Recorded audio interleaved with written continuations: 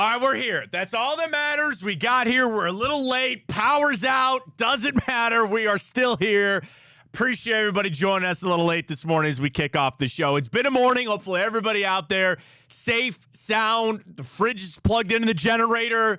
Kids' schools are closed. We have power here at Berks, so we're ready to rock and roll this morning on a very, very busy morning for the show. Guards doubleheader coming up. We got a chance for gold here in Northeast Ohio. More Brandon Aiyuk news. We got the Deshaun Watson news. He's not playing in the preseason. We'll get to the grid. We got the bracket. Pat's got the morning update. We got it all. Just 20 minutes late for you right here on Big Play. Welcome to the show, everybody. I am Matt Fontana. He is Pat McGuire.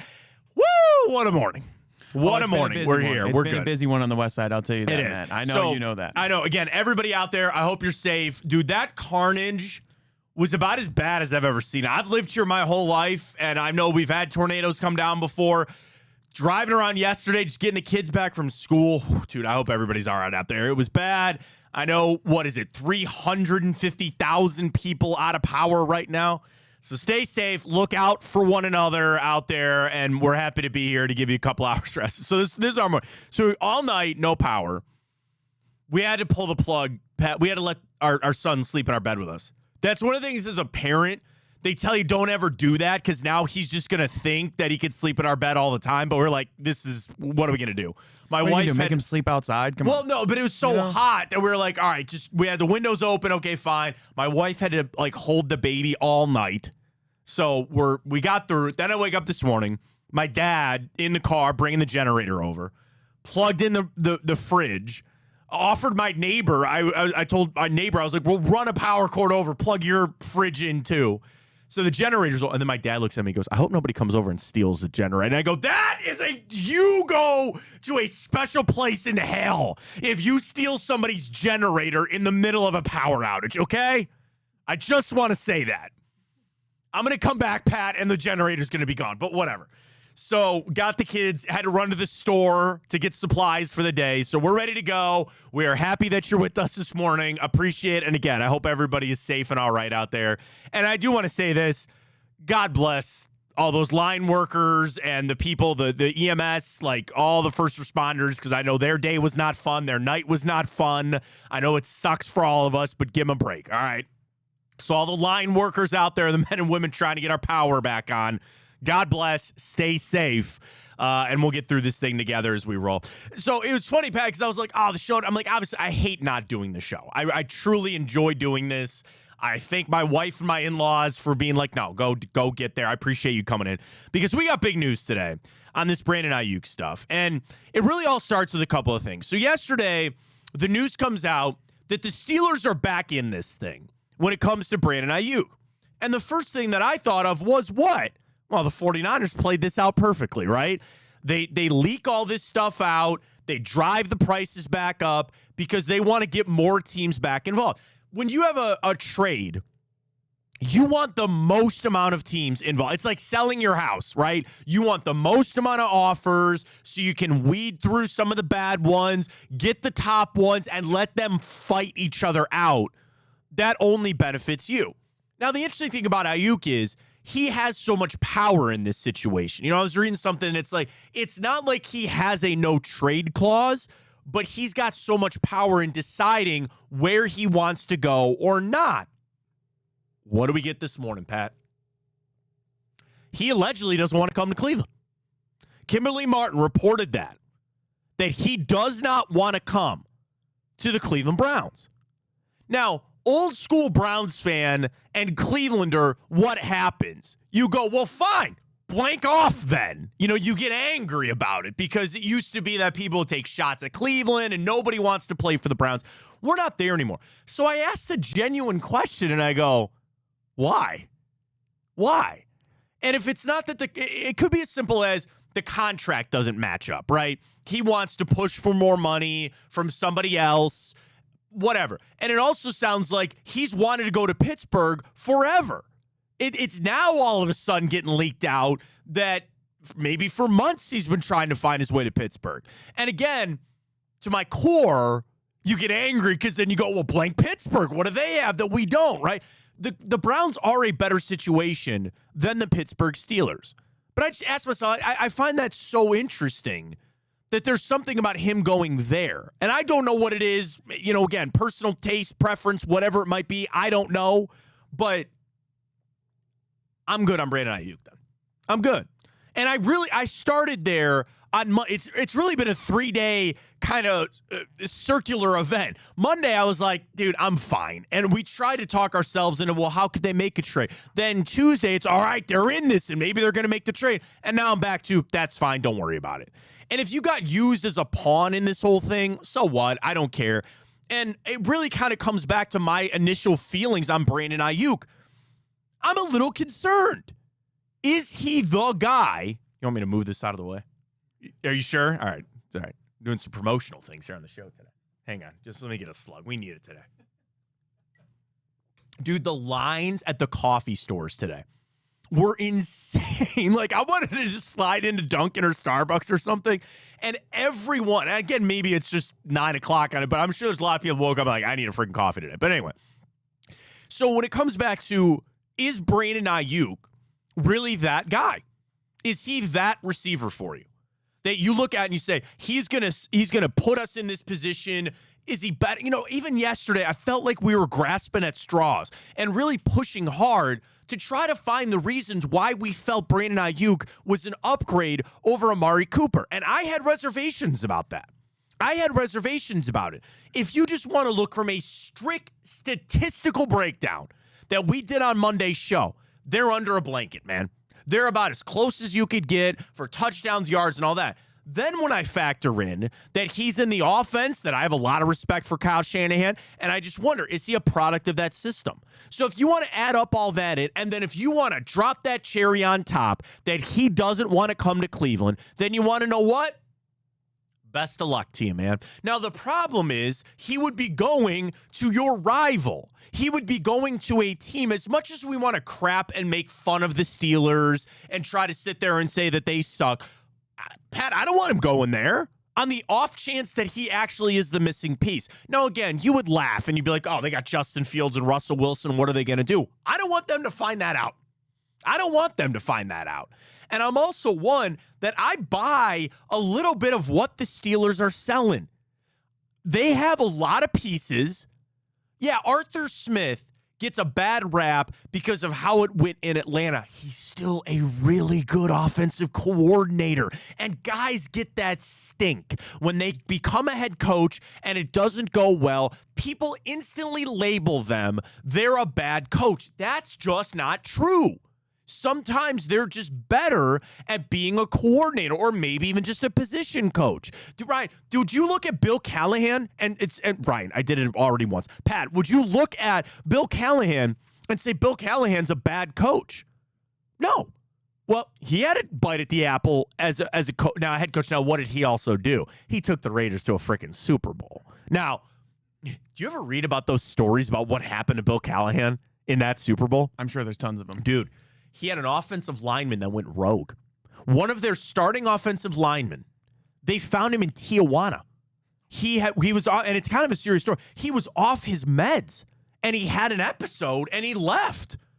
Unreal. The day before the Super Bowl, they couldn't find him. Then, once the game started, Tim Brown was accusing Bill Callahan of sabotaging the offensive game plan. They said they had practiced all week to get ready for the Super Bowl. The game starts, and they go, why didn't we run any of these plays? That's all aside. It's a Bill Callahan, branch that I didn't know I was going to go down to. But anyway, there would be an example that he's just better as an offensive line coach or maybe an offensive coordinator. So I actually believe kind of what Arthur Smith might be selling there. I don't want them to find out. Now, would I be crying myself to sleep if Brandon Aiyuk went to the Steelers? Not necessarily. Okay, fine. Here I am trying to make the reasons why he's not good enough for the Cleveland Browns. All right, you discard him and you go on with Pittsburgh. But the fact that, again, Kimberly Martin this morning, Brandon Aiyuk doesn't want to come to the Browns, then you want to know what? I appreciate you, man. See you later. That's fine. That's fine. And I get that there's also an element of Browns fans. What is all of this stuff, Pat? It's exciting. It's fun that you're in this trade discussion and you get excited about a good player coming to your team. It's over. Like, I feel pretty now, again, say this clip, because, again, tomorrow we'll be doing the show that they traded for Brandon Aiyuk. I think this is over. I really do think this is over. And there's also now reports coming out that maybe the door isn't completely closed on him coming back to San Francisco, which I said yesterday I still think is Brandon Aiyuk's best play here. He should go back to San Francisco and say, hey, I'm not playing on this $14.1 million deal here. Give me some more money. Let me sign a deal that says you cannot franchise tag me next year, and I will hit free agency, and I can pick the team that I want to go to, and I can get a big, fat contract right there. That's what I would do. That if I was him. So I think the avenues are, if he wants to go to Pittsburgh, where it sounds like he's been trying to get that done, or go back to San Francisco, I think those are the two favorites. I think those are the two favorites right now. And especially now the Patriots are reportedly out of it. I never understood that. That's one that I never understood. Outside of them being able to offer a little bit more money, why would you want to go there? They don't really. And now next year, if Drake May shows you something this year, maybe they become a destination. I don't see that right now. So I'm good, man. I'm coming from a, I guess, position of power in this thing. You entered the fray. And I'll tell you this, I'm not angry about Andrew Berry doing that. With a trade like this, when it's open, if you see an avenue, if you see the littlest, tiniest sliver to jump on in there, throw your hat in this ring, do it. Didn't work out, we move on. Now, it's never that simple, Pat. What's the fallout to Amari Cooper in this whole thing? Because we got to remember, has there actually been any legitimate reporting? And we talked about that with Ben Axelrod yesterday, where there's so many accounts and there's so many people and verified and followers and what do you know, this or that.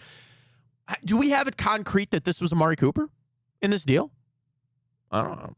We don't. I don't think so, right? Not concretely. Not right. So then could you go back and be like, dude, you were actually never a part of this. And that was all just the fluff and the people out there and doing that kind of stuff. But the fallout would be that if it was him, is that awkward now? Is that something that he carries with him? Now, again, we all know what the future is with Amari Cooper. He's going to play this year for the Cleveland Browns. He will probably not be here next year. It's part of the business. You accept it and you move on. Now, we also leave that window open that he goes out there, balls out, and you get him another deal and you move on from there. You got to leave that all open. And I do believe Amari Cooper's the ultimate professional. He's the ultimate team kind of guy. He can accept that, and he can understand that, and we can move on. So I look at it this way. You threw your hat in the ring. This went belly up on you, and we move on. And Brandon Aiyuk will not be a member of the Cleveland Browns. Save that for Old Takes Exposed. I don't think that's that crazy to say. I don't think he's coming here. I think for a lot of different reasons. You try it, didn't work, we move on. That's all good. Right. I don't think so either. And to be honest with you, I think one of the things that people are underestimating too is how much of kind of a character and personality that he's got. Just who's that? Aiyuk? Aiyuk, yeah. You know how many times he's been in the doghouse of Kyle Shanahan or whatever. If there's a coach that comes to my mind who can handle that, it is Tomlin. So that would scare me a little bit. Think of all the George Pickens, Antonio Brown, Le'Veon Bell for years and years and years. That's a good point. And the other thing is Aiyuk going there, does that not become his offense? And I like George Pickens, but I think that's that element. If he comes here, and I'm not saying this is a factor, but it's just kind of off of that. If he came here, again, you assume Amari Cooper is gone, but like you still have David Njoku, you still have Nick Chubb, you still have Deshaun Watson. Brandon Aiyuk goes to Pittsburgh. He's it. He's the guy there. Now, do you feel confident about Justin Fields throwing you passes over there? I don't know. Maybe he's really intrigued by that. I would be. Good deep ball thrower, but I'm a Justin Fields apologist over here. I think he got a raw deal in Chicago. Did not like him going to Pittsburgh, and I want him to come to the Cleveland Browns. He's not here. Fine, we move forward on it. But, yeah, maybe that's another part of this, that he sees something there. The other thing, as we get closer to this actually being, because I think it's going to happen this week. There's something's going to happen this week. He's going to get traded or he's going to go back to the 49ers. You're hitting the road here. You're ready to go for preseason. You got to figure this kind of stuff out. And I think with the 49ers, you also got to ask yourself, what truly do they want to do? They're a team that has Super Bowl goals this year. They're trying to go win. I don't think they're trying to give away Brandon Aiyuk. And as much as he wants to force this, we can't forget that it's still the 49ers' decision. Even if it came back that they got the trade package they wanted and Aiyuk got the contract you wanted, it's still up to John Lynch. It's still up to him to say, you know what, we actually are going to do this. he could rebuff the whole thing and say, you know what? Actually, Brandon, we're keeping you here, man. Play that hard ball with him and go, dude, you're going to have to play here. Fine. Play that out. See how it goes. But the Aiyuk news, I think, has settled down now for the Cleveland Browns. And, again, I will leave the tiniest window open, but I think it's all done. I think this is done. And again, for the couple of days that is exciting, for the couple of days that you felt like, all right, we were in this great excitement on that, we can now focus in on here and get ready to go for the season. I think that's where I'm at the Cleveland Browns. Speaking of getting ready for the season, Kevin Stefanski made the announcement yesterday, Deshaun Watson not going to play this weekend in the preseason opener. Now, it was interesting where he said some starters might. And he gave the caveat. If they're coming off of injury, no. If they are battling injuries, no. And then he gave the ultimate one. It's also at his discretion on who's going to play or not.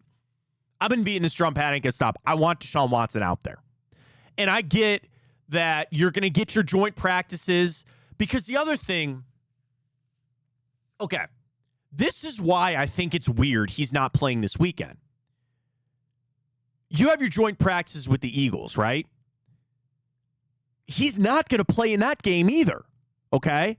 Because you use those joint practices as the preseason game. So they're not going to play in game 2. And I think we have seen a little turn now where game 3, which was usually the dress rehearsal, and then nobody played in game 4. Now we don't have game 4. So now we're into game 3, where I think that is where the starters were going to play. So why would you not put him out there for 10 plays? Why would you not put him out there for a couple of plays on Saturday, let him rest up, play the joint practices, sits game 2, and then he plays game 3?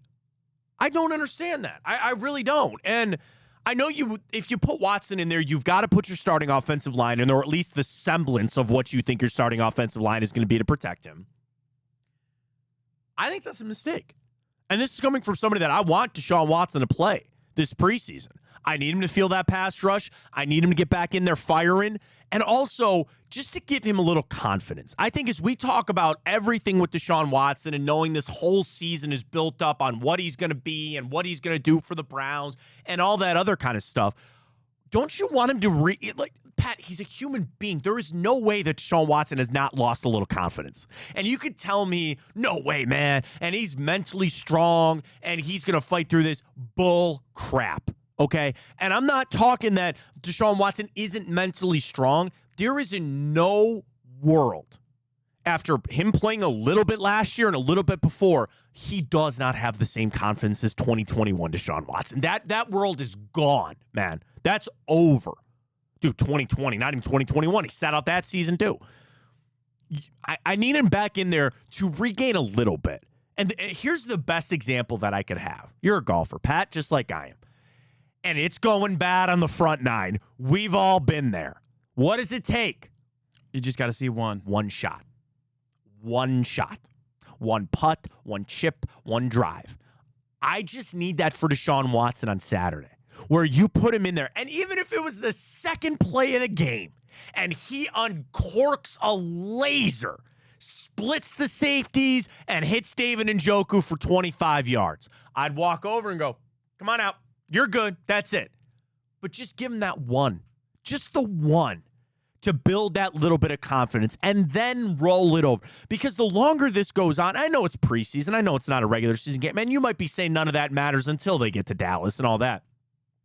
But to just build that and to be able to roll on it a little bit, to get going, to give him something a little bit back. Pat, he can make all these throws in practice, and he can get done and be saying, man, that's really good, and then go to that new interactive. I know everybody's really excited about the new weight room and the new interactive meeting rooms and all that kind of stuff. He can be in there and be all excited and all that. It's different when you're in the game. And even if it's a preseason game, it is different. So I would have liked to have seen him out there on Saturday. And plus, that would have helped the drinking game for us, presented by our friends at Garage Beer. We'll do the preseason drinking game on Friday and get you up. I just would have liked to have had Deshaun Watson in there a little bit. But I was kind of shocked by that. I really was. I thought they'd give him some rub. Yeah, I think, just going in with Deshaun, too, it's been probably 9 to 10 months where he hasn't walked in with the routine of being the starting quarterback, being the Q1, So walking into the stadium being Q1 with the routine of it, I think would be a lot more helpful for someone who hasn't done it. And then you think kind of like with Bill Callahan as well, the offensive line has a lot of changes going on. You want to hear that, the cadence of Watson's routine, all that type of stuff. I think that's an underrated part of this preseason is literally just hearing the snap count, hearing the hard count, all that type of stuff. It's just, I would like to see him out there for sure. I would too. And again, we'll get the joint practices. He will play in game 3, obviously, and gear up. So if they felt like that was the right thing, and I also would never read into like he's had a setback with the injury or he's not healthy. Listen, look across the league. Tua Tagovailoa not playing. What was the list we were even talking about this morning, Pat? Like everybody. Yeah, Kyler Murray. Bryce Young. Well, at least the first game, probably right? simply. I don't know about that. But like you do have Jordan Love playing. You do have Daniel Jones playing. Like you have some quarterbacks that are getting out there and playing. I guess I would have liked to have seen it, but that's about it. Yesterday out of camp, I know it was inside. I know a lot of fans, man. I know that was really tough for people that came up to go see it, and then obviously the tornado, everything that kind of came through. So that's a tough day yesterday. So I'll be back in practice this week, gearing up and getting ready to go. We got college football. I want to get to this. I'm really interested. Bill Conley put out the 25 most important players for college football this season. And I want to start at number 1 because I also think it's a good primer for us to remember, like, who the stars are. You know, it's like, Pat, it's kind of hard. Like, I consider myself a pretty good college football fan, but you got to remember, you know, obviously, Caleb Williams isn't there anymore. You know, Jaden Daniels is in the NFL. Like, there's just such a turnover of players now. Let's introduce ourselves to some of the other ones. And I thought it was interesting that there's 4 Buckeyes in the top 25 of the most important players. So we'll get to that with Bill Conley coming up, but we got to talk about the guards. They didn't play last night. All good. But today, doubleheader. Bro, 4 games in 3 days, and you don't play tomorrow, and you got a doubleheader with the Twins coming up for this weekend. This is gut punch time for the Guardians.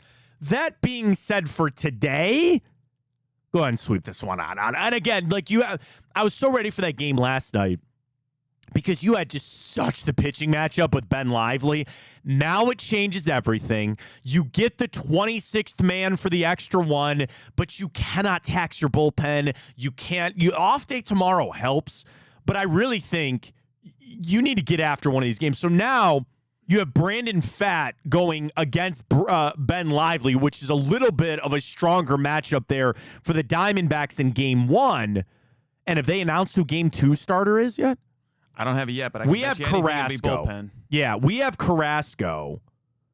And then let me see if they've announced the starter for the Diamond. You think they would just push Rodriguez back, would they not?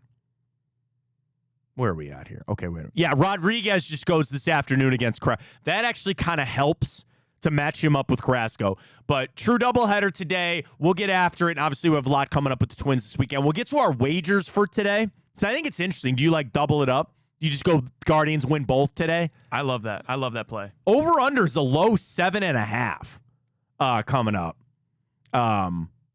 against... Wait a minute. Do we have Philly this week? No. What am I looking at? Why is the schedule... Yeah, we go to Minnesota this weekend. Dude, ESPN is... Cubs. Oh, my God, I'm a dumbass. I'm on the Arizona Diamondbacks schedule. I was like, what the hell? We got Twins coming up this weekend, and then the Chicago Cubs come to town. How about that? I was like, wait a minute, what am I... I go, why do we have so many NL teams all of a sudden? I was looking at the Arizona schedule for a second. I'm sorry. So, yeah, they have Rodriguez going today. So, let me flip over to the Guardians. I was like, wait a minute, what the hell's going on there? All right, so we'll get to that coming up. I like the plays for today. We'll get to it a little bit. All right, Bill Connolly's article. So, he runs through the 25 most important players in college football for this upcoming season. Now, I thought it was interesting because we know, like, I'll tell you this, like, Travis Hunter is 25 on this list from Colorado. I would assume Shedeur Sanders is somewhere on this list.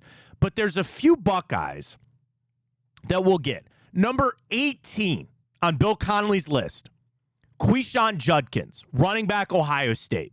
And he put this as a list of the most important non-quarterback transfers. So we know Judkins with Travion Henderson, who didn't go pro, both those guys are already on the Doak Walker preseason list, which is great. He writes, Judkins might have been the biggest luxury signing of the 2024 transfer class.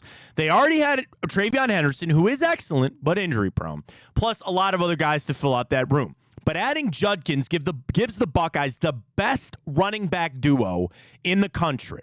Judkins and Henderson rushed for 10 yards or more on 14% of their carries last season, both averaging 3 yards per carry after contact. Henderson's ceiling is probably a little higher when he's healthy because he can also receive out of the backfield. But now you're not just banking on your season of his health, but Henderson, Judkins, Emeka Egbuka, Will Howard, who we'll get to in a second, give Ohio State a very potent offense. So he was 18 as the first Buckeye on this list. Perennial stars in need of a breakthrough. Number 11, Carnell Tate or Jeremiah Smith, wide receivers at Ohio State. Now, we know Emeka Egbuka is your number one receiver. We saw Tate a little bit. He's a sophomore, but he's the only returning wide receiver who actually caught passes last year for Ohio State. Solid for a freshman, again, 264 yards, but again, he was behind Emeka Egbuka and Marvin Harrison. Now, you talk about Jeremiah Smith, the guy that Ryan Day about fainted in his press conference when he got an all-world recruit who I think will become the number one wide receiver at Ohio State by the end of the year. And that's putting a lot on a freshman with a guy like Emeka Egbuka, who's probably going to be a first-round pick next spring. And I think Jeremiah Smith might be the guy. He might be him by the end of the season for Ohio State. So there's your two more Buckeyes on this list at 11 for the most important players of the season. And obviously, this list is dominated by quarterbacks. Number 5, Drew Aller, Penn State. Number 4, Jalen Milroe, Alabama. New starting quarterbacks for potential contenders are the top 3. Dylan Gabriel, Oregon. Number 2, Alex Orji, who goes to Michigan. And number 1, on Bill Connolly's most important players for this season, Will Howard, Ohio State. He writes, on one hand, the job of an Ohio State quarterback is one of the easiest in the sport. You're throwing to countless arrays of 5-star receivers, and in most years, you're going to be handing the game to a dominant running back. You're going to score a lot of points, and you're probably going to win at least 11 games. Actually, dude, isn't that crazy?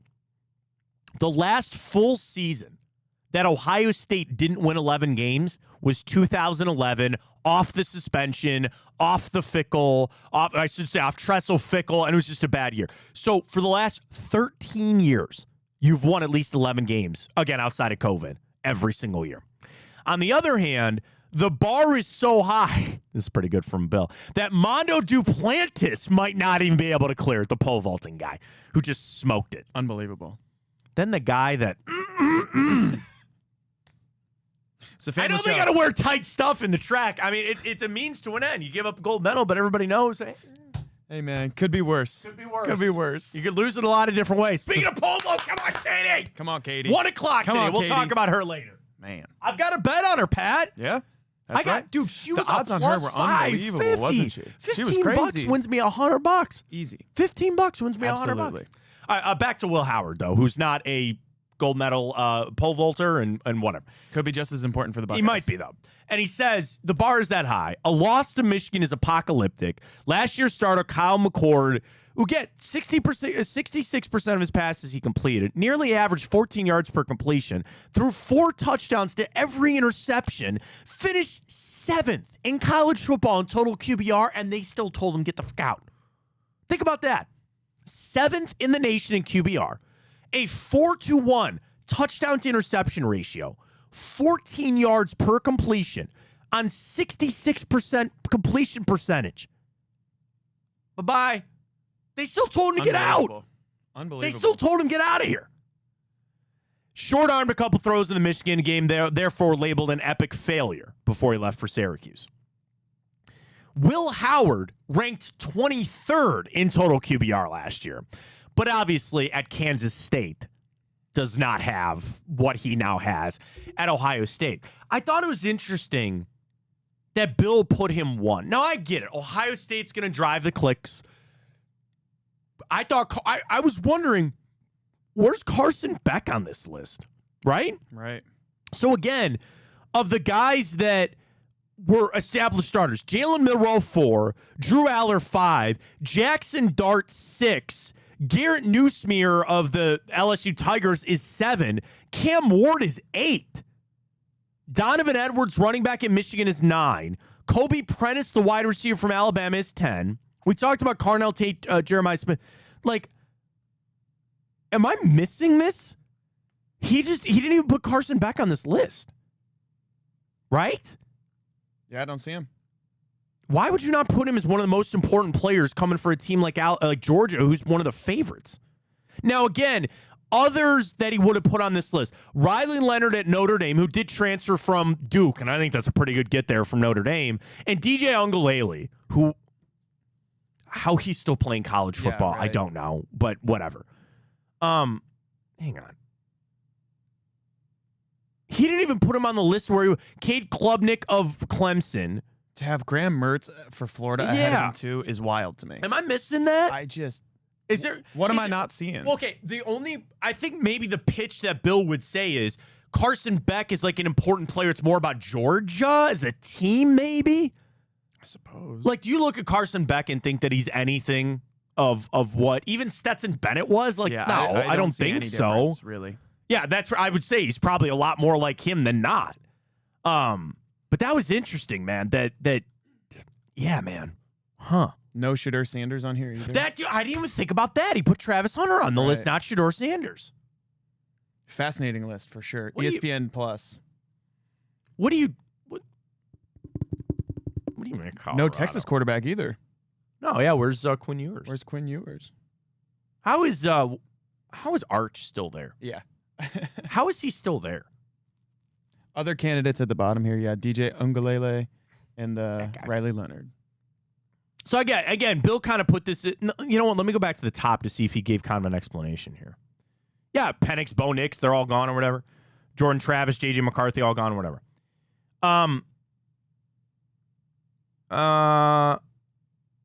Okay. As I write this piece every year, there are birds in the hand and there are unfinished products. The annual most important players list is about the latter, unfinished products, is what he's saying. So it's almost like you cannot put Carson Beck on the list. You cannot put Quinn Ewers on this list, okay? Here are 25 players who could define the season with moments or long spells of greatness.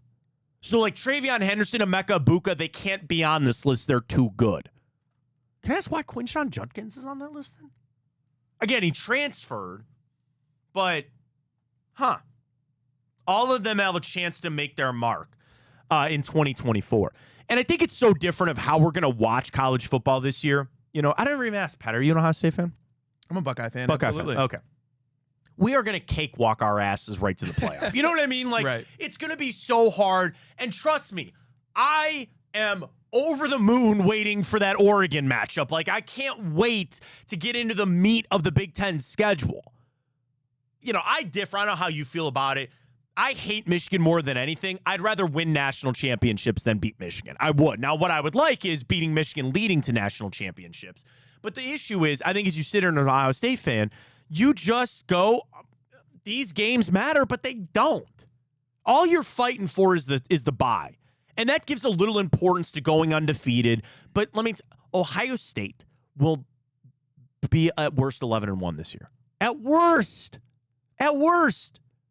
They will walk in Western Michigan, Akron. Hey, man, don't, let's go Zips. My buddy sends all of his guys in NCAA, the video game, to Akron to start there. So that's how he works with that. Yeah. I love it. So, yeah, you'll cakewalk to your Big Ten championship. Don't we all want a rematch with Oregon right there, buddy? Yeah! We all saw the new Maps commercial that looks really good. That looks against all odds too. I'm surprised that looked good because with how they were going to do that. About nostalgia the other day. Yeah, I'll tell you that one looked good too. And it's because you forget how far west Nebraska is. It's not like that far of a jump to get over to Nebraska. You know, can we take this to another spot real quick on college football in the Big Ten? We got the time. We got all the time in the world, right? They need to start cutting some of the fat here. They need to start trimming some of this fat. And I think college football is in this issue right now where you have your haves and your have-nots. I know you, me, and everybody can sit down and tell you, at least in the Big Ten, who the haves and the have-nots are. The haves should be Michigan, Ohio State, Penn State, Oregon. You want to believe UCLA and USC. You'd like to believe that. We'll see. Wisconsin, maybe. I think that's about it, right? Your have-nots. Illinois, Indiana. I'll even say Iowa, even though they come up every so often here. You know the other thing, too, that's so great? Remember back in the day when the West, and you had to have somebody like Northwestern somehow made a Big Ten championship game? That crap's out the window. Now you got legit teams coming in from the Pac-12 that'll hold up their end of the bargain out West. Like Rutgers and Maryland. Those are the have-nots. What are you going to do about them? What are you going to do? It's a waste of everybody's time. And it's never as simple as just cutting them out of the conference because they could have a good softball team and maybe Maryland shows up in basketball every so often. They got a good wrestling program. You don't want to sacrifice the other sports, but when it comes back to football that's driving all of this, are we going to get close to trimming the fat on some of this? And it is shocking that we're not there yet. And it's not that the out-of-conference games, like, listen, Akron needs that payday, okay? Western Michigan needs that payday. And the other thing, Ohio State needs those games because they need potential transfers to play so they get a little taste and want to stick around. They want to get ready as the preseason game, so to speak, before the season. Because that's the other thing. I don't want Ohio State or even Oregon limping into their matchup not tuned up. Not ready to go. I want them to go kick the living hell out of some MAC schools so they're ready to go. And again, it's good money. They still have tickets. And for some people that are Ohio State fans, Pat, that's the only game they can go to because the tickets are cheaper. It's a means to an end. It serves a purpose. I'm not saying that it doesn't. But the rest of these schools that I sit there in the Big Ten, I go, you're wasting everybody's time. What are you doing? What's no point in even being here? Now, the thing is that not an overarching statement about college football? When you look at a lot of teams, you go, you're wasting my time, you're wasting your time. What are you doing here? What's the whole point? But it's just saying, Ohio State, we know how good they're going to be and being able to pretty much cakewalk their way into the college football playoff. I just thought it was interesting that it was there. The thing about it, too, is like you talk about these Ohio State, Akron games, Ohio State, Western Michigan. The way that it's going with streaming as well, I know we don't need to rehash that, but yeah. Are you going to pay for Peacock to watch the Buckeyes versus the Zips? I did. Yeah, I mean, we will. That's the thing. I paid for it for the Olympics, which I have been wearing out my Peacock app lately, which has been great. Absolutely. It's been a lot of fun. And Katie Moon later today. Yes. But that's the funny thing. Had $100 riding on her. Come on now, Katie. Yeah, 100. Absolutely. But the thing is, too, is like the crews that they've got going for those games are big time. Yeah. But when Ohio State, Notre Dame is on, Saturday night kickoff or whatever Peacock calls it. Yeah. Oh my goodness. It was electric last year. Yeah, the Ohio State Notre Dame game was electric. All right, actually a lot of fat. It's funny. It's funny this works out this way. 20 minutes ago, Jake Trotter, Adam Rittenberg, Big Ten preview. Let's do it. College football outlook for the Big Ten. Two teams that should be in. Pat, Oregon, Ohio State. No question. Easy money. In the running, tell me if you disagree with any of these. Penn State, and they write, no team could benefit more from the expanded playoff than Penn State. They have 6 top 12 finishes under James Franklin, despite never making the 4-team playoff. That game that they beat that Buckeye squad in Happy Valley, that's still nauseous. It was at that was the year after they won the national championship, was it not? And you were primed and you were ready to go, and they stuck it to you. But anyway, Drew Aller, yes, that'll be fine. Do you Pride think of Medina? Yeah. USC in the running. Would you agree with that? I guess so. I think they kind of have to be. Lincoln Riley. I don't even know who their quarterback is. D'Anton Lynn? Is that the I don't even know USC's starting quarterback. Am I wrong for that? It's not Caleb Williams. Out of there. They put Michigan as in the running. Do you buy that? I do not. I don't either. They got Colston Loveland, tight end. Got Mason Graham, is going to be a first-round pick defensive lineman. okay, fine. And all these suspensions and all this other kind of stuff that comes down for them, I said it before, I don't care. I hate Michigan more than anything. I don't care what they do to them. You could try to vacate wins or put him on this suspension or poor Sherrod Moore. I feel bad for him, man. That's scumbag Jim Harbaugh. Did all this and he ran away. I don't know what's going on. My ass. Long shots, Wisconsin and Iowa, the two other long shots for the college football playoff. Top transfers, Caleb Downs, safety, Ohio State. Dylan Gabriel going to Oregon. Quishon Judkins going to Ohio State. Impact freshman, wide receiver, Jeremiah Smith. Nebraska, Patrick Mahomes 2.0, Dylan Raiola, which is really interesting because he was committed to Ohio State. His dad's an offensive lineman. His dad was a Nebraska offensive lineman, legend, played in the NFL. He looks a lot like Patrick Mahomes. He's now at Nebraska. Nick Marsh, freshman wide receiver up there for Michigan State. Favorite players in the Big Ten. I forgot about Zachariah Branch, the wide receiver kick returner for USC. Kenneth Grant, defensive tackle, Michigan. Sebastian Castro, an Iowa safety. Tez Johnson from Oregon. Abdul Carter for Penn State. No Ohio State players in there for favorite players for them. Must-see games. Texas, Michigan, September 7th. USC, Michigan, September 21st. Ohio State, Oregon, October 12th. Ohio State, Penn State, November 2nd. Washington, Oregon, November 30th. As is Michigan, Ohio State on November 30th. Numbers to know. It has been 7 straight years that either Michigan or Ohio State has won the Big Ten. Pats, that come to an end this year. Does Oregon get it done? You don't think so? Buckeyes get it done. There you go. I don't think there's any way. I think there's a renewed sense of urgency with Ryan Day and a sense of focus with that team. I just don't see it happening. I think it's all Buckeyes. Here's a number to know. James Franklin's record against top 10 teams at Penn State, he is 3-17 against top 10 teams at Penn State. They are just average. They are just the average Nittany Lions. That's what they should change their name to. That's pretty much it. Power rankings, number 1, Ohio State, 2, Oregon, 3, Penn State, 4, Michigan, 5, Iowa, USC, 6, Nebraska, Wisconsin, Rutgers, Washington, Minnesota, Maryland, Illinois, Northwestern, UCLA, Indiana, Michigan State, and then Purdue. There it is. So there's a little breakdown there for you on the Big Ten. A lot of college football coming up. We'll be there before you know it. All right, let's do this. Let's catch our break, recap ourselves here, get ourselves set. Again, busy, crazy morning out there. Hope everybody's safe. Pat's got all the morning update to get to. We'll get to the grid. We got our bracket. We'll get ready to go for the guards today, and we'll keep our ears to the grindstone here. Everything going with that brain and Aiyuk. I haven't seen anything more in this, Pat. I haven't seen anything more than that. I saw you typing up a couple questions over there. You want to throw one out to the people? Yeah, I think you want to do college? You want to do Brandon Aiyuk? What are you feeling over there? I think there's going to be a couple. I think we might do these in quick succession. But do you really care about Brandon Aiyuk if he turns down the Browns? I like that. Yeah. And then I think the second one will have to be, is there a challenger to the Ohio State Buckeyes this year in the Big Ten? I like that.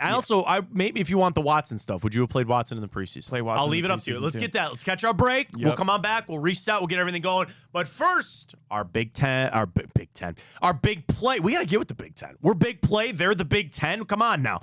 The big play. First annual outing. Coming up August 31st, folks. We're going to be out there. Little Mountain. The Stars will be there, as we know. Just do this. Go to bigplay.com. Right there, you see the event page. We'll all be there having a great time. But as I've been mentioning, we want to be able to help out some charities. So if you go down there to our Eventbrite page, you will see the charity activation. And you have to select that as a ticket, even though it's free. That just gets us your contact information. And we want charities out there. Here's what we'll do. On-hole activation for you. Bring anything that you like. We'll supply a prize, and any proceeds that you get go right back to the charity. So I know we have some signed up already, but we have more opportunities for charities. Any charity that you either work with, you run, or you just know. We'd love to have you out at the big play outing. So it's going to be August 31st, Little Mountain, 1 o'clock shotgun start. Registration starts at 12. We have foursomes available. You want to golf with Hanford Dixon, there's an opportunity to do that. You want to golf with the Williams boys, you can do that as well. Check it out. Just go to bigplay.com and you'll see everything for the outing. It's going to be a lot of fun. Can't wait for that, and we'll see you there. All right, break, grid, morning update. Got it all for you. Follow it on Twitter when you can. At Matt Fontana Show, Twitch, Instagram, and YouTube. All at Matt Fontana Show. Back right after this. Well, how do they know I'm doing this? Did somebody leak this out? It's social media. Oh. It's just, that's the way social media works now. I thought maybe you were just running that yap.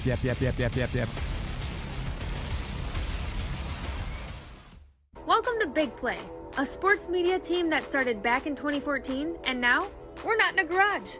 Look at us, incorporating some of Cleveland's favorite sports personalities, bringing you fun and compelling content from downtown Cleveland. Coming to you live from the shores of Lake Erie and Burke Lakefront Airport, join Team Big Play for all the best sports talk in Ohio. Check us out on social media at Big Play, bringing you fun and compelling content from downtown Cleveland. Anthony Schlegel, just how physical he was. You saw the girth and the power and everything he was bringing to the table, especially when he was a nice beefy 255 playing middle linebacker. We were called soft last year. You don't want to be soft, especially when you come to the playoffs. So that's going to be a process throughout this season of establishing us as a harder team here in the I don't buy into this nonsense, this conspiracy nonsense that he's got his money and he's dogging it. That's ridiculous.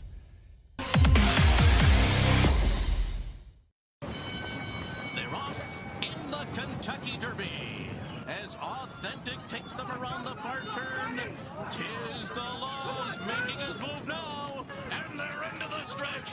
These two stride for stride. Authentic, tis the Law. Here's the wire. Authentic has won the Kentucky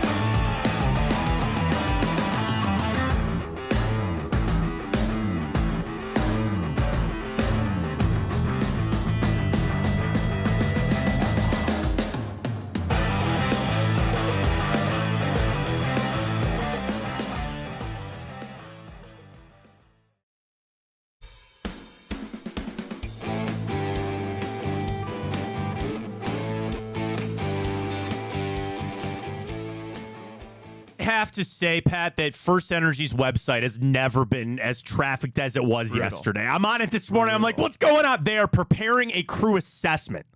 They haven't even dispatched to our location yet.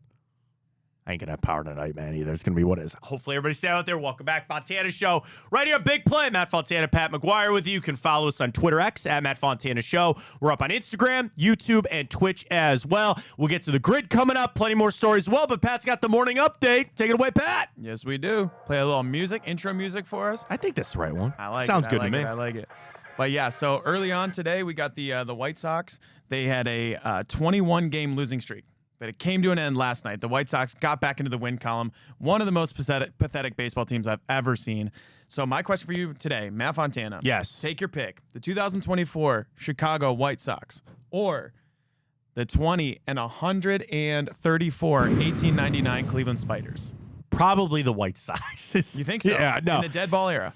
It is the dead ball era, but it's like these are professional athletes that, you know, back then these guys were farm kids and they had others like that. And that record, that time, that's so different. I get it that they keep the records going back that far in baseball. But yeah, we're talking live ball era. And they were flirting with it and they got close.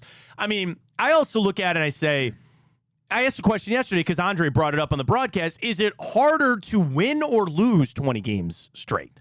And I think there's a world that it's harder to lose because if you're going up trying to put together meaningful at-bats, you're trying to do the right things every single night, wouldn't you think eventually something will turn for you? Eventually you get an error, a seeing eye single, and you kind of find a way to get a win. I look at it also from this standpoint that Will you remember the White Sox more? The fact that they beat like the A's, who are just crap too. Like that almost doesn't count either. You know what I'm saying? Like they got it. Congratulations, I guess. We talked about it earlier. A couple weeks ago. I don't know why the Guardians have to play down to the White Sox too. A couple we of those can't play losses, for some reason. Them and the Tigers. We cannot couple of play those against wins them for this some year for the White reason. Sox are the Cleveland Guardians with the best record in baseball. But Yeah. I don't claim to understand the game. It's a weird game, man. That's the length of the season. That's how far it goes. Day in and day out, freak things happen. Yesterday, what? Framber Valdez was an out away from a no-hitter. And then what? Corey Seager takes him yard. Like, that's just the craziness of the game. And I think he's got a no-no as well already. Framber Valdez. I think he does, too. I believe so. Does he not? I think we could look that up. But isn't it funny, too, that, like, no-hitters, sometimes it's, like Nolan Ryan and all that. Other times you're like, Dallas Braden, perfect game. Like, Armando Galarraga should have had one. It's great. He pitched no-hitter last year. Ironically, almost exactly 1 year apart. He did it on August 1st of last year, and he had one on August 6th last night until Corey Seager said no thanks. You think about that one. The Astros have had 2 in 1 calendar year. The Guardians got no hit. They got no hit a bunch of times. 10 days. Was it 10 days apart that they got no hit? But Crazy we haven't times. thrown one since 1981, since Len Barker's perfect game. Barker's perfect game's the last one. You're right. You're correct. Crazy. That's Mm-hmm. But moving on, a lot of baseball stuff too today. The MLB announced in 2025 that the Braves and the Reds are going to play at Bristol Motor Speedway. That's kind of an unbelievable venue.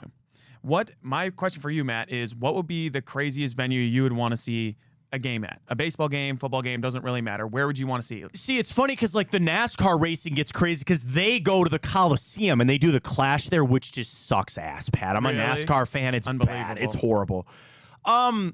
So they do when they go over to Ireland to play the game with Notre Dame, I think that's pretty cool. This is crazy. One of the first things I thought, remember when they used to play the basketball games on the aircraft carriers? Oh, yeah. And then they had to cancel that Ohio State one because there was condensation on the court. I remember covering that because I was over at ESPN Cleveland and I was running the games. So I was up late that night because it was like a 6 o'clock tip. It was Ohio State. And I don't even remember who. And they were playing on the deck of a Navy aircraft carrier. And they're out there and they're like, oh, there's condensation on the court. And I go, wait a minute. You're telling me that for all the millions of dollars spent on this, you are on a ship in a bay in Virginia, and nobody thought that there might be condensation on the floor. Nobody really thought ahead on that. Whatever. So I'm trying to think. That's a great question about what would be a great spot. Because actually, talking about the Buckeyes earlier, they play at Wrigley Field this year. And I know football in baseball stadiums gets a little weird, like the Pinstripe Bowl. The Pinstripe Bowl, doesn't do anything for me. It's like, especially in the winter. Maybe in the fall it'd be better. The other thing to talk about is stadium series because the Blue Jackets are playing at Ohio Stadium. If anybody has tickets, please tell them. Dude, so I don't have season tickets. Those are the only pre-sale right now. I'm feeling confident that I see some on the resale sites for like $80, and I'll pay $100. My brothers and I all want to go. $150, I think, is a max for our ticket, which should get us decent seats. But like when I put the request, you're like, we have had 200,000 requests for tickets, and I go, okay, sure, fine. Sure. So that's really cool when they play that. But football, because you need the massive stadium. I mean, NFL will be in Australia before you know it. The thing is, you need the security. Like what I would like is for them to do kind of what they do in baseball when they go back to the Field of Dreams. Go back to a high school stadium. One of my absolute favorites. You know what I mean? Like, get that vibe of like going back, but you need security and you need all this other stuff and you need the tickets. That's a damn good question. Yeah. And they just played at the Negro League stadiums. That with Rickwood. That was fantastic. That was great. What's that version for football, though? Yeah. I don't know if there is one because they've got so many iconic venues already. And they already play indoors. So it's not like it'd be something special about going inside or something like that. I know maybe they want to go to Europe. We'll throw it up on X. Yeah, I'd like that. I'd be interested. Yeah, I'd be interested. If you could pick a venue that college football hasn't gone to yet, where would you go? I don't know. It's pretty cool. It's a good thought. I like that. A good thinker there. I like it. Are you track and field guy, Matt? A little bit. I watch it. I'm envious because it's just like these are some of the fastest human beings in the world. Absolutely. And is there something not like... That's what I'm looking for. Like raw. It's just like from our evolution or whatever you want to believe or whatever, like speed. There's nothing about other than just speed. And I know there's hurdles and there's 200 and there's 100. There's something about speed that I think is just so raw in nature. To be able to be able to look at somebody and be like, I am faster than you. It's such a funny visual Not to me. something I had to deal with Yeah, often. not me either. But it's okay. You know who did was the American Cole Hocker last night in Yeah. the 1500 meter. Jacob Ingebrigtsen, he was the favorite from Finland, I believe he's from. He is one of the more outspoken track people. I know there's a lot of personalities in track and field. I can tell you that firsthand. Yeah. But American Cole Hocker came from almost the back of the pack. He was probably 5th or 6th and made an absolute break for it. Took home the gold for the Americans. It was impressive, man. Unbelievable finish. Unbelievable I mean, finish. the thing is to be able to run that distance and still have that much gas left in the tank. Now, I think we've all been there when you play a sport, you're dead, but you're just that adrenaline kicks in. You're like, we're just going to haul ass right now. And that was really impressive. I've enjoyed, every day I sit down and I've got something to watch. Team USA women's soccer. I bet on it, but I didn't win. What the fuck is extra time? How do I not? They won. I put money on them to win the match. They won, but since it wasn't something about extra time, I didn't cash. I don't understand. Basketball covered yesterday, which was just fine. But yeah, the track and field, which has been so much fun. My wrestling. I'm a big wrestler. Absolutely. So I watched the Greco. The freestyle starts today, so I'm pretty excited for that. It's been awesome. It's been a lot of fun to watch. And yeah, Team USA, are they back on top with the gold? I know they're way far away in the medal count, but are they back on top with the gold? I believe so, yeah. Okay, yeah, I mean, so- it's been an unbelievable Olympics for the U.S. It's been a lot of fun. Absolutely unbelievable. And Katie Moon obviously goes for Let's gold go. today. She's later today. Check it out on Peacock. And, They the got to put that on NBC, right? I think so, right? Yeah, that's got to be. Gold medal, she's in it. Yeah. I didn't look updated odds.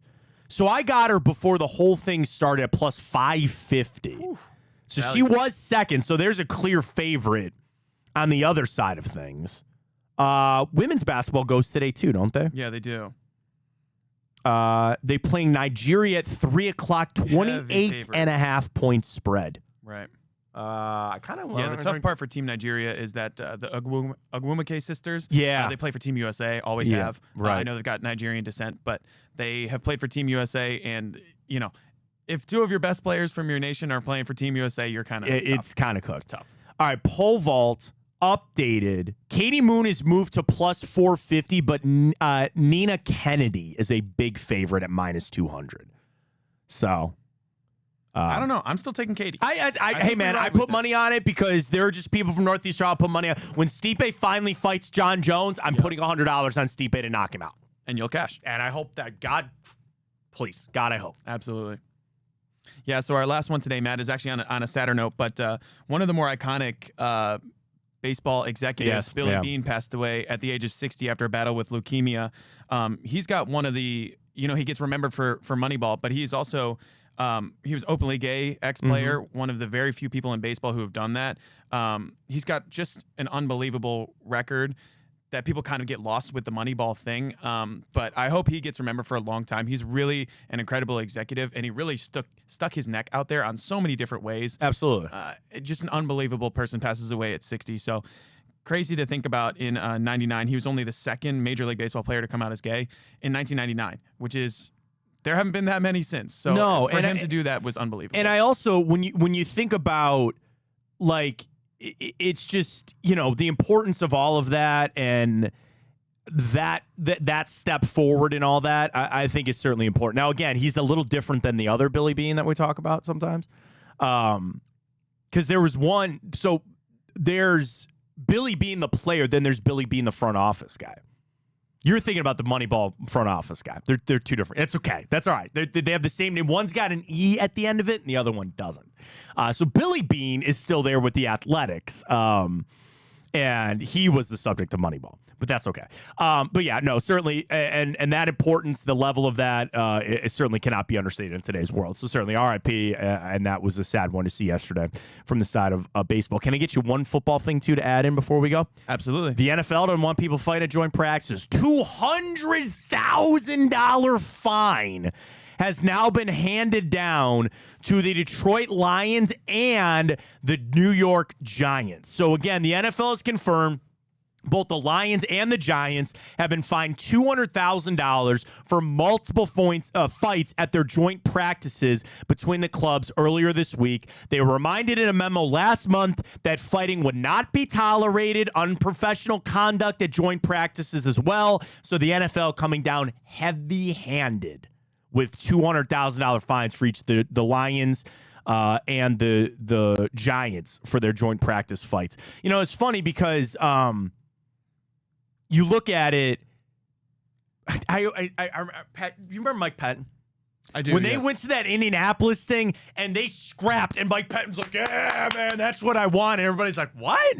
And I understand that you want to go to places and like compete, and you want to have your teams back and all that kind of stuff. But when you go there with the idea that we are going to get into fights, that's how you piss off other teams, and that's how you get these fines. And also, bro, that's how you get people hurt. Absolutely. You know, Malik Neighbors was swinging on a helmet. Amon-Ra St. Brown. Break your finger while you're at it. Like, bad idea.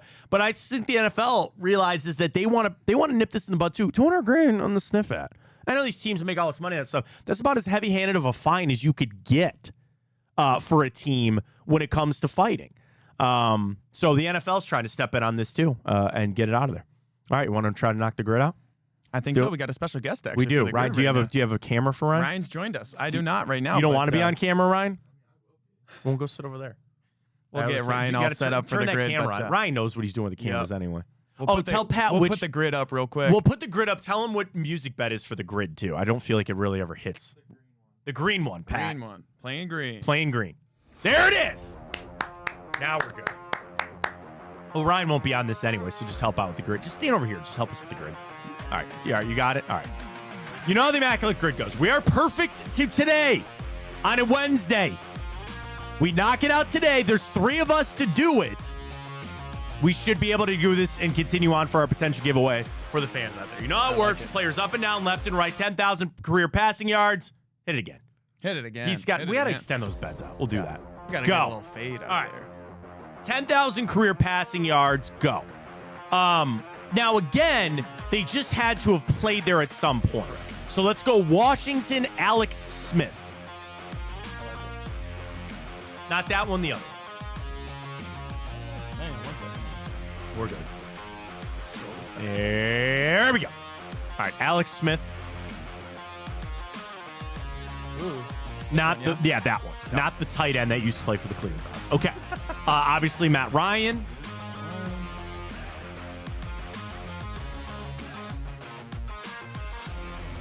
And Matt Stafford. Okay. Hooking. There we go. All right. What opens up to? I like it. What's that? Keep the music underneath. Yeah, we like it. Just gets a little vibe going. Vibes A little going. vibe for us a little bit. All right. What do we like? Okay. What? Wait a minute. What's Chicago Atlanta that I'm missing here? Was there not? No. Cordell Patterson is exactly who I'm thinking of. Well done, Ryan. Well done. Good pull from Ryan back there. Ryan's here. Bears Rams. Bears Rams. There's got to be like a legacy like quarterback or something like that. Can hold off on that. All right, Washington, like Jacoby Brissett, no. Robert Griffin III, no. Montez Sweat works right there. Right there. Yep. Right? Yeah. Yeah, made the trade. Yeah, he made the trade. He's played there too. Falcons, Packers, Brett Favre. Did he ever play for the Packers? Did you play? You mean the Falcons? The Falcons, I mean. He was drafted by the Falcons. He got drafted by the Falcons. Right. Brett Favre. Brett Favre. Okay. There you go. 74%. Pretty hot one there.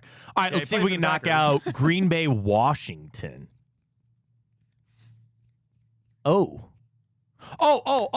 Packers, Rams, Clay Matthews. Yep, for sure. Clay Matthews the third. That one, yep. There you go. All right, now we just got 2 left. We got some time here. All right. Well, we're doing well here. All right, Packers, Washington. See, here's the problem is, again, like 2 franchises that have been around basically since the start. There's got to be some older players there, but that's usually where we struggle. All right, Packers, Washington. I think the quarterbacks might not be our play here. No. I'm trying to think running backs. Yeah, that's a good one. That's a good one. Okay, nothing there that's coming to mind anyway for me. Jimmy Graham never played in Washington. Ryan?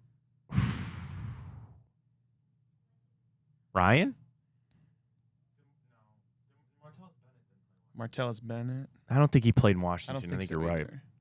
All right, you want to flip over, focus on the Bears and the Rams? Bears Rams. All right, Bears Rams. Allen Robinson. Allen Robinson. I like it. Allen Robinson is correct. Well done. All right. All right. All right, final one Last here. We one. got time. Let's just sit on back here. We got time. We got messed up, time. we messed up the top left corner last time, too. I know. I Don't let know. me That's a forget good it. call, yeah. All right. Again, like when you go to an era of the past, wait a minute. Oh, man. I always think about Mark Brunell in this. Ryan laughs. I always bring him. Like, I know Mark Brunell played in Green Bay, and I think he played in Washington. Oh, man.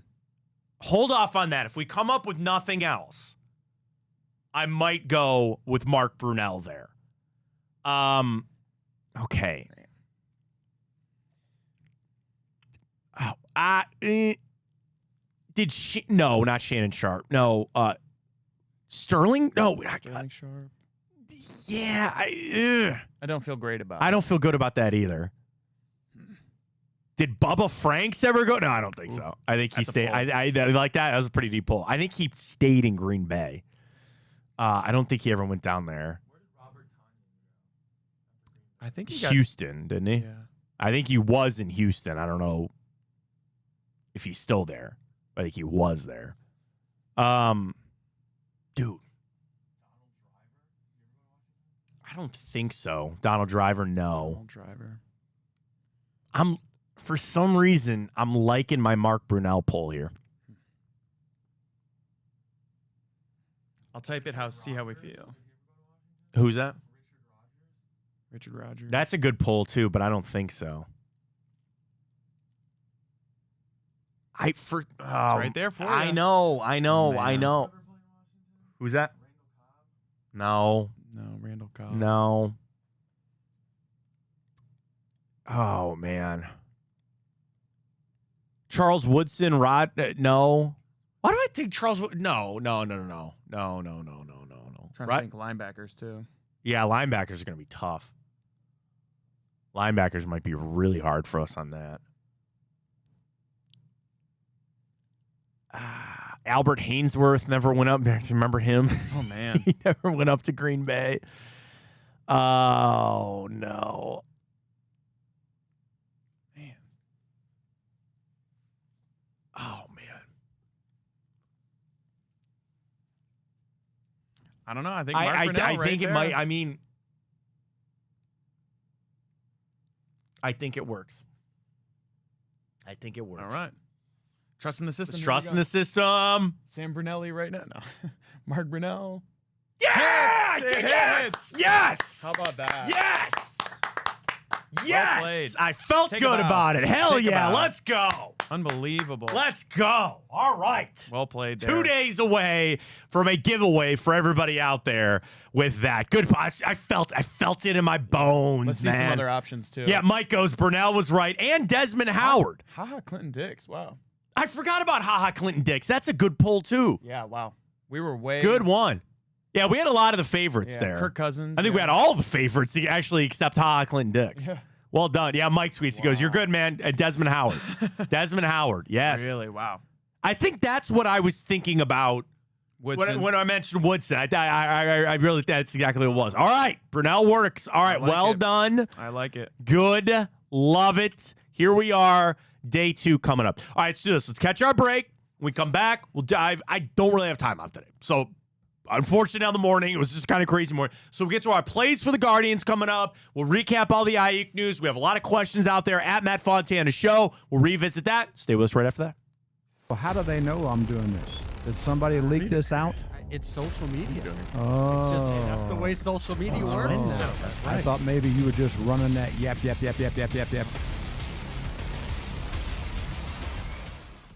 Welcome to Big Play, a sports media team that started back in 2014, and now we're not in a garage.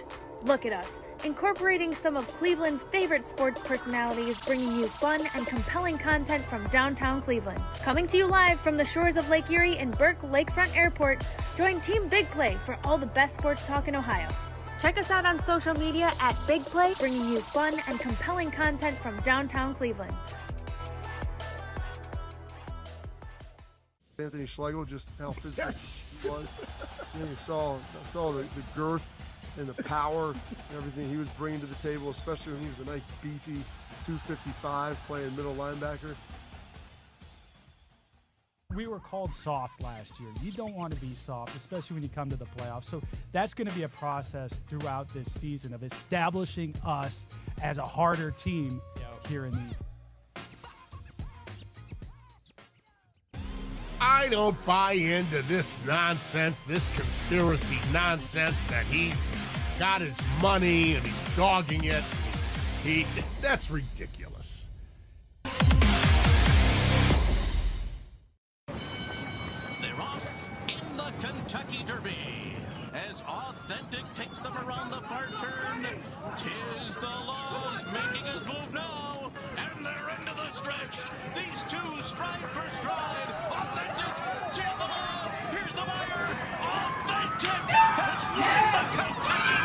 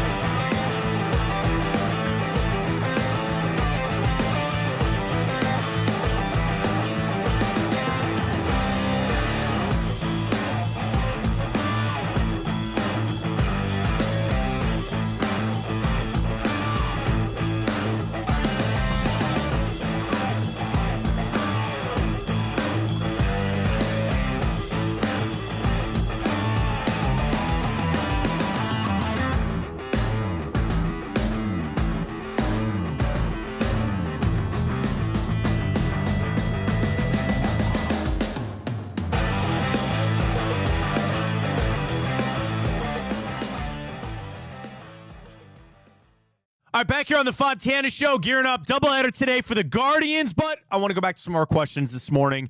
On our Twitter side of things, at Matt Fontana Show, you can follow us Twitter, Instagram. We're also up on YouTube and Twitch, and Pat threw up quite a few this morning. Let's see what we got. Pat, we will start. Well, actually, which one do you have first up there? Yeah, it's me. How's it going? You see our two questions up there. First off, will the Buckeyes have any challenging in the Big Ten this year? I voted no. I don't really see it. And then also, do you care if Brandon Aiyuk wants to come to Cleveland or not? And I said no very much on that one, too. Neither of those answers really surprised me, to be honest with you. Right. I mean, I know it's only 13 votes into the Brandon Aiyuk thing, but it's Cleveland is a town where it's like, you don't want to be here, we don't need you. Right. Sayonara, see you later. And it's also like you don't want to have to force and jump through a lot of, and again, any player that you want to trade for, there's going to be hoops that you have to jump through. There's some things you're going to have to do. You're going to have to eat it up. Sure, fine, okay. But it's like when it's too much and the juice just isn't worth the squeeze anymore, then you move on. And I really think that's what the Browns are able to do in this situation. Now you kind of turn your attention and you wonder if he goes to the Steelers. And I'm not one that's also like, am I worried that he goes there? Not necessarily. But I also I'd rather him go somewhere else. I don't want to see them have any success there. That being said, I thought this was interesting from Seth Walder. 5 NFL preseason trades that could still happen and Seth would like to see happen. Are the Browns on any of this list? Let's find out. Number 1. The Bills trade a second-round pick to the Las Vegas Raiders for Davante Adams. That is a pretty spicy trade there. Now, again, I think the Bills would line up with that in 2 seconds. Isn't it a little weird, though, Pat, that, Davante Adams is the traded man right now? Everybody, I know the Jets thing had so many legs, and they keep bringing up, he's going to go back and join Rodgers. But it seems like when it's somebody like Davante Adams, or really, I'm going to say somebody like him, but when you hear so much that this player's going to get traded and they're on the move and they're out of there, how often does that actually ever come back to fruition? You know what I'm saying? anytime that it's, I don't want to say media created or fan created, it's very rarely the reality of the general managers that they would go make that trade. Now, that being said, would Davante Adams not be a perfect fit for what they need in Buffalo? I don't know what the hell they were thinking. 100%. Moving on. And maybe it was just like, hey, we needed to move on from Stephon Diggs. It wasn't working here anymore. But the fact that they did jack squat nothing, and I'm saying that about Gabe Davis, and I guess Keon Coleman is fine, but you didn't do anything to really, supplement losing Stephon Diggs the way you did. I'd make that trade in 2 seconds if I was Buffalo. 100%. To get Davante Adams. And then you think about, what they got for Stephon Diggs is they got a second and a fifth for Stephon Diggs and a sixth. So, I would honestly take Davante Adams over Stephon Diggs for that offense specifically. Yeah. I think having a consistent route runner like that and a person who's not really going to complain too much in Davante Adams is huge, as opposed to taking somebody like Stephon Diggs. Yeah, no, I get it. And it's going to be hard because when you know that they have a need and you obviously hold a piece to that, they're going to hold it up for even more, which is going to be hard. The rest of these trades are all kind of in the weeds. Like the Falcons get Baron Browning from the Broncos. They get Taylor Heineke. They trade him to the Lions. A 3-team trade out there with the Saints, Bears, and Giants. I don't really see that. Cowboys get Elijah Mitchell from the 49ers.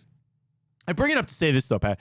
Do you think there is still a move out there for the Cleveland Browns? Now that this Aiyuk stuff is pretty much done, do we just write this off and say the Browns, they're done with their acquisitions? That's pretty much it. I know there will, and we got to leave room open that the Browns will eventually pick some guys up that get let go. And, once the cut down day comes, and there's always those moves, the Browns will let go of some players. They'll pick up some guys. Do you think there's any other trades out there outside of Brandon Aiyuk that makes sense for the Browns? I don't think so, right? I don't see anything significant. The only thing I could see is another running back depth piece, but like they did with Pierre Strong. I think that was late training camp last year, and he turned out to be great. He's a good back, but I don't see anything, maybe just running back depth, but that's about it. Yeah, that's going to be about it for that. And the thing is, your team is pretty built. You're pretty set. You're ready to go, and you take it on out starting on Saturday against the Green Bay Packers there in preseason. We talked about Watson a little bit earlier, the fact that he's not going to play in the or at least in this first preseason. He's going to play in the preseason. We all know that. I was upset by that. The more I thought about it, too, I'm just kind of entrenched back in to get him some reps out there because you have Jordan Love playing for the Packers. And I get that he's a rookie, or not a rookie, but a younger player. You got to go. And I stop and I think to myself for this, Pat, and I say this. Deshaun Watson's about the same spot. You have got to be proven again. And I get that there's some, people that want to just say, okay, Deshaun Watson will get back there and he'll return to form and all that kind of stuff. I think you need to start viewing Deshaun Watson as an unproven quarterback. That's how I'm looking at it. He's played sparingly over 3 years. When he was in there this last season, sure, showed you a little bit. If you had an unproven quarterback, take Deshaun Watson out of it, take the contract out of it. Pat, if I told you had an unproven quarterback, would you not be playing him in preseason? Why Bryce Young is playing, I don't know. Right. But think about all the quarterbacks that aren't playing. They're guys that you know what they are. They don't need it. Yeah. I think Deshaun Watson needs preseason action. I would agree. And I would put him in there for a little bit in game 1, do your joint practices, sit him out of game 2, and you throw him in there for game 3 for a little bit. I really don't understand why they're not playing him in this game coming up. I think it speaks volumes that Jordan Love is playing as well. Like, just the dichotomy of that first Browns game. Deshaun Watson won't play. Jordan Love will play. I think Jordan Love proved a lot in the last half of last year, but at the end, he's still 3 years. He had 3 years not playing of being unproven. Yeah. He's still willing to go out there and prove himself. I think it's very strange, the difference between those two quarterbacks, because Jordan Love coming off such a successful, end of the season and playoff run, Deshaun Watson has no room for that. Yeah, you've been in the league forever. How many years have you actually played? Right. It's kind of unbelievable to think about. So it's very shocking to me that he wouldn't play. No, and that's I guess, again, you want to protect from the injury. There's also a little element that you sit there and you talk about the rest of the starters aren't playing and you want to view Deshaun Watson in that. There's a status symbol about not playing in preseason. You want to be standing on the sidelines, chewing sunflower seeds and hanging out with everybody else, right? Because there's a status symbol that has to go with that.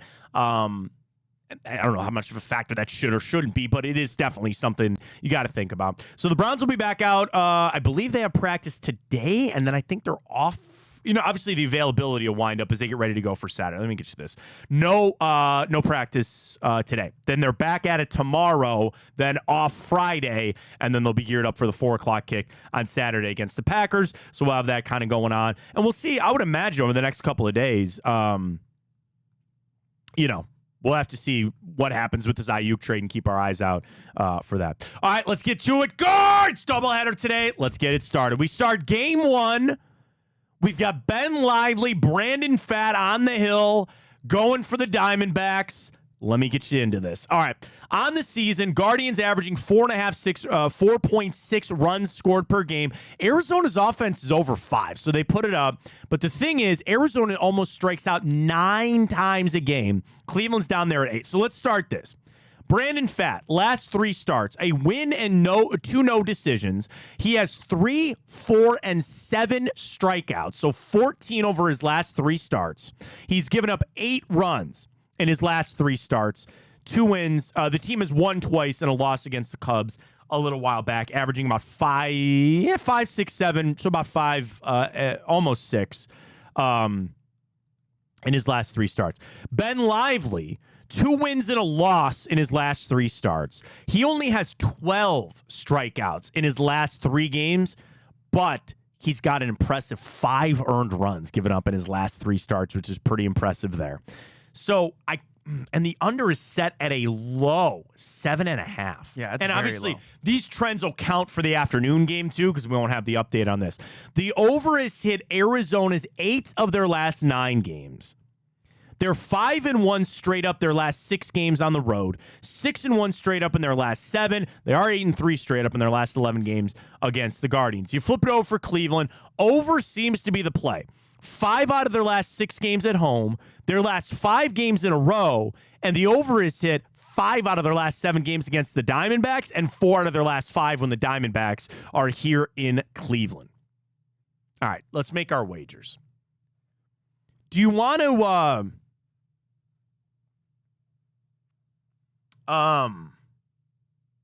do you want to go with both games, Pat, or do you want to just do one for the first one for the second one?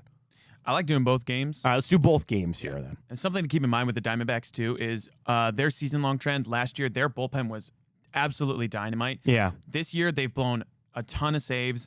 Their offense has hit tons of home runs late innings. They are up near the top of the league in runs on the 7th inning or later. We just saw Jock Peterson, absolute missile on Monday night. That one, really a dagger to the heart. But keep that in mind where their bullpen is already taxed and not pitching that well. So the over looks really inviting, at least for game 1. I love that play. All right, let's do the over then. I love that. You like the over, game 1. Do you want to take the over, Guards win, or do you like just the over? I like the, let me see. I like the over, Guards win, because I actually think Lively will strike out. I don't know what his line is for strikeouts, but I do like the strikeouts. All right, so let's go over 8. Strikeouts, I can get you, you can just take it for whatever you want. Do you want 4? Do you want 5? I think 5 might be pushing it, but all right, let's 4 go. I do like. Let's go 4. Yeah.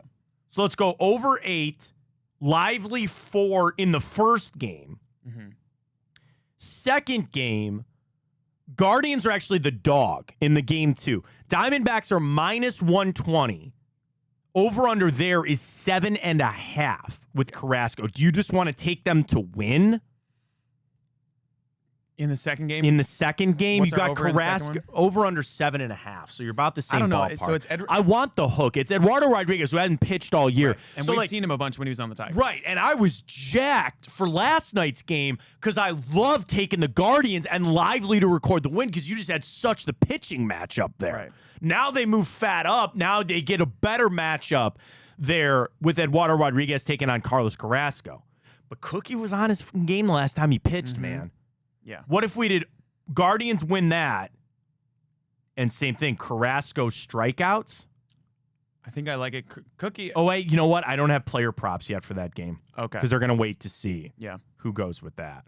I think the big thing for the Guards today, I don't know money-wise betting it. All right, I can't do the over and Lively strikeouts together. Gotcha. So let me take out the Lively strikeouts. If I do over 8 in game 1 and Guardians money line in game 2 with a boost that gets me to plus 290. I like it. You like that? Yeah, I got a feeling they take both today. 15 win, or sorry. Traditional doubleheader, by the way. The second game starts Correct. Approximately 4 o'clock. Correct. I want to do $15. 15 wins me 60 on that. With guards to win game 2 and over on the 8.5 in the first game. All right, I'll ride with that. Boom, done. We're in. I like it. All right, so I like it. Guardians, obviously these games in today are important, but man, are we getting ready to go for this weekend against the Twins. Off day tomorrow, I think is obviously going to help because you talk about the bullpen, like you're going to need it, bad over the next couple of days. And that does then lean you back towards being able to help out the Guardians in some of these games, which will be great. But yeah, it's big series coming up. I don't want to get too much into it, but these are big games. Yeah, have what you can been you say? They're big games. Have you found the story about the dog at Chardon Lakes? I have not. Have you not seen this? Okay, so it's taken over. Like some big golf channels have picked this up. So Chardon Lakes Golf Course over this past weekend. There's houses on the course. There's a lady that let her dog out. Somebody went into her yard to apparently hit a golf ball, which you're not supposed to do, hit the dog with the club. Oh, my God. The neighbors said they saw the guy. They heard the dog yell. The guy ran out of the backyard. Lady comes out to give it her dog named Milo. He's bleeding out of his nose. They take him to the vet. Now, very thankfully, the dog is going to be okay. But I'm happy to report they found this asshole. Yeah. They found him. And they obviously went back. They knew the time. They knew, who would be coming around that time based on the tee time. Yeah. And the neighbor got to look at him. Cops found him. Found him. Trespassed into the yard. Dog was bleeding from the face and unable to open its eyes. The vet revealed, thankfully, minor injuries. Yeah.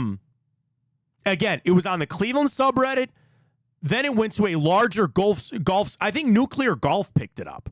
And Nuclear Golf, Zaire Golf picked it up. They have millions of followers, don't they? I think they do. 2.2 million on Zaire Golf. They found him. Good. Good. Unbelievable. Charges should be deterred. It's cruelty to animals. Yep. Like that's double. Yeah, double charges. Ban him from the course. Ban him from the course. That poor dog. He'll never play there again. He's never play. You know what? If I owned courses across North Europe, I find out who this guy is, I'd never let him play golf anywhere ever again. What a jerk. And they said the dog. I see the dog. It looks like a friendly little dog, and he's out in his backyard. And by the way, you're not supposed to hit golf balls out of other people's yard. Yeah, jackass. Good. I'm really glad that they found that guy. Yeah, I found, and take especially your triple bogey and move on. Yeah, right. To pick it up and go. And like the other thing, when I saw that, because I've been following the story for a couple of days because it happened this past weekend. When I saw it start to get picked up a little bit, I was like, they're finding this guy. They're finding this guy, and I'm glad they did. You should be held accountable for that kind of stuff. But the update was that Chardon police, again, have been able to pick up and find out exactly who it was. So there you go. All right, final thing for us, our bracket of the week in honor of the Browns being back at training camp. Your most obscure Browns training camp, obscure player of all time. Either one. What do we got, Pat, for our opening results? Those were heavy favorites. Yeah, Damian absolutely. Sheehy, Giuseppe. A little closer there. There's Scoopy Wright, who I voted for. Devin Kajust advances there. If you scroll up, could you see the rest? Yes, that. Absolutely. Click that. Groups 3 and 4, please read them off for the people tonight. For the people. Group number 3. Hopefully we can see this. Josh Lenz. Josh Lenz, who was, again, a hot number 1 seed on this. Yeah. Austin Watkins, Willie Snead, Jordan Norwood. All receivers. That was the receiver group on that. Receiver group. That rounds out Group 3. Let me see if I can get this up here. You're good. Yeah, and then Group 4, Ben Gay, Chad RIP. Mustard, Carlton Mitchell, and Bob Wiley's gut. Ryan wanted to put Bob Wiley's gut in. That's a good one. So we put him in there. So again, vote at that at Matt Fontana Show on Twitter, and we will have our champion on. Isn't that a fun? The receiver group was the one that I thought was kind of hard for me. Yeah, because Lenz, like Watkins, people were ready to fight over Austin Watkins making this football team or not. Yeah. And a lot of people forget that Willie Snead was here. Yeah, he was here. Yeah, Saints legend, Ravens legend, Browns legend. Yeah, I'll tell you what though, like I need justice for Brogan Roback. I think he has been bro. absolutely slighted. Yeah. And I won't stand for this. I just love the name Will not stand Brogan. for it. Brogan is a Brogy? little Brogan is an out there kind of name. Yeah, living in that little RV back there in Berea. Yeah, Remember that? I like. Oh my goodness. Yeah, I forgot about that. I forgot about that. What a good group that is. Yeah. I don't know if this helps anybody with an update, but if you're going to 30 Seconds to Mars tonight, they're pushing the show up. It's now at 6 o'clock instead of 6:30. I don't like. It's so crazy. So we just got the update from a friend. Like they don't think power's going to get restored till this weekend. So stay safe out there. Gas up the car. You know, and I do want to shout out. There's a lot of businesses out there that are like opening up. Like, hey, you need to come in and like charge your phone, or you know, you just need somewhere to be. That's great. Fly's been in here all week. Damn fly. Be safe out there. Help each other out when you can, and we'll see how it goes. So again, with the power, I know I've been clicking all morning to see updates on what's going on. There's a lot of trees down, man. There's a lot of trees. Oh, Where are we at in West Park here? West Park's always a struggle. They are still preparing for crew assessment. Outages have been reported. The crews will be assigned to investigate. They've not even prepared dispatch yet. So, yeah, that outage map was nuts, man. That was I should probably get text alerts. Should probably sign my wife up for that. It's her number, not mine. Easier to do then. I like it. Yeah. Man. Yeah. Well, there were trees down in we were over in the West Park area as well. My parents' house, big old branches down. 15 footers probably, Matt. So yeah. There it is. Man. Yeah, it's been bad. And again, it's like for it to be a couple of days now. Thankfully, it cooled off because if it was really like blazing, like I'd feel bad for a lot of people. But we'll see how it goes. Again, stay safe out there. Get rolling with it. We'll cut a little short today because I got to get back. We got one quick little shout out right here at the end. It's 8-7 Day. Our friends over at Garage Beer. Nice. Yeah, they're doing a Travis Kelce giveaway for 8-7 Day, August 7th. They got lots of cool giveaways. So drinkgaragebeer.com/87day. Get yourself. I'm going to go retweet that right now from our friends at Garage Beer. Some fun exclusive prizes on 8-7 Day. You know, double your odds, triple your odds, quadruple your odds. Head over there. 2 times your odds if you follow Garage Beer. 3 times if you retweet that. 4 times if you tag your friends in it. I like it and a the lot. first 1,000 people to enter receive a limited edition hologram sticker sheet there from our Kelce boys. That's Taylor Swift's boyfriend. That is. Don't forget that. And now with Garage Beer. They chose to get signed up with Garage Beer. That's right. Oh, and that ends tonight. Yeah. That ends tonight. So One check day it out with only. their friends at Garage Beer. Let's go, boys. I love Stay it. on it. I'm not going to enter because I feel bad. I don't feel like I really should enter on that. So, okay. One of 6 different exclusive 8-7 day prizes. Yeah. I see it there. There's some shirts. There's some nice sandals. We're beer for you. That's a phenomenal shirt. That's phenomenal. That's a good like one. That's like the one you ever see where I'm here for the hot dogs. I'm in the here for the ball hot. game. Yeah, Yep. here for the bear. Where I'm here for the from bear. T-shirt, I believe. There you go. Great. There you go. All right, retweet that out for our friends at Absolutely. Garage Beer. Check that out. Great stuff. Also, quick reminder again, our outing with Garage Beer is coming up on August 31st. Go to bigplay.com. You'll see the Eventbrite page. You can get signed up right there. Off to the races, and we'll see you out there at Little Mountain coming up on the 31st. So again, appreciate everybody joining us. Got off to a little bit of a slow start with everything going on. Should be back for the full 2 hours tomorrow, and we'll get geared up and locked up and ready to go for that. Pat, appreciate you coming in with everything going on. We'll be back tomorrow, same time, same channel. You can always follow on Twitter X at Matt Fontana Show, Instagram, YouTube, and Twitch, all across it there. For Pat McGuire, I'm Matt Fontana. As always, take it easy.